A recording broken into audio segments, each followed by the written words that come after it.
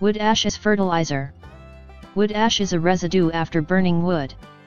Wood ash particles are very small, so they quickly react with the soil when we want to fertilize with wood ash. Only wood ash is suitable for such fertilization, preferably from deciduous trees. Hardwoods such as oak, ash, and hornbeam produce more ash than softwoods such as linden or birch. Conifer ash has less minerals than hardwood ash. On average, burning wood produces about 6 to 10% ash. Ash from a coal-fired furnace is not suitable due to the content of various unfavorable substances that are carcinogenic and harmful, not only to plants but also to humans if they penetrate into vegetables, as well as when burning with garbage, waste paper, wood painted with varnishes and paints. Ash in its composition contains many elements as well as macro and micro elements: potassium, sodium, phosphorus, calcium, magnesium, trace elements such as silicon, iron, sulfur, boron, and manganese. It contains about 35% calcium, 13% potassium, 3% phosphorus, 2% magnesium, 2% iron. Such ash is a wonderful fertilizer, containing a lot of potassium, which is easily soluble and absorbed by plants. We can fertilize with wood ash throughout the growing season. You can sprinkle the ash on the surface of the soil and dig it over. Such a procedure will be enough for 2 years, then it is rinsed from the soil. Ash can also be added to the compost. Too high doses of ash can harm the plant, but when used properly, it is safe because it is natural, easily digestible, and non-toxic. On alkaline soils with a pH above 7.5, care should be taken to overdose ash in order not to lead to soil salinity that is harmful to plants. Ash can be used in spring and autumn, when nitrogen that reduces the plant's resistance to cold should be avoided. The phosphorus and potassium it contains will prepare the plants for wintering.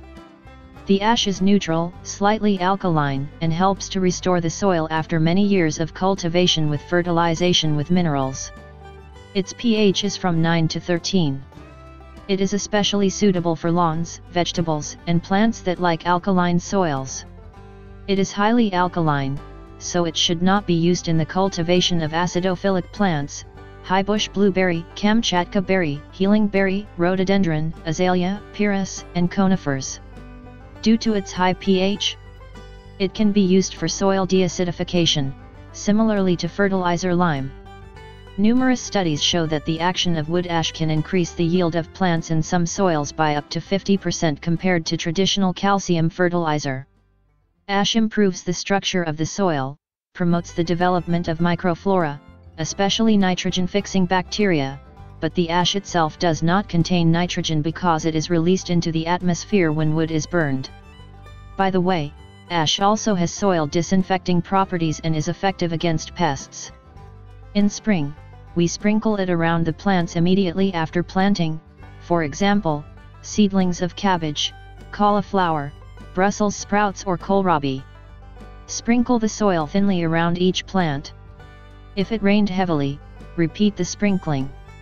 You can also sprinkle ash on young plants of onions and other vegetables along the rows to protect them from pests. The ash scattered along the rows of carrots not only fertilizes them but also protects them from root fly. It is important to just sprinkle them and not to cover them with ashes or they will suffocate. Too much ash on the surface of the earth can create a crust through which it will be difficult for its components to penetrate into the soil. When you grow corn, which is a grass, remember to use it moderately. Then we give up other fertilizers rich in magnesium, iron, or calcium, thus avoiding over-fertilization. Too high a dose of ash can cause problems in the uptake of iron or boron, which will weaken it. However, you can mix wood ash with nitrogen and potassium fertilizer. If you want to deacidify the soil, the optimal ash dose is about 30 to 50 grams of ash per 1 square meter of neutral soil, or 50 to 100 grams in acidic soils. The ash can be dug with the soil to a depth of 10 centimeters. You can also sprinkle on the top or make an aqueous solution of the ash, e.g. 50 to 150 grams of ash per 10 liters of water, and water the soil while stirring. Smaller doses do not significantly affect the soil pH and nutrient content. If our soil is very acidic, the dose can be increased to 80 grams per 1 square meter.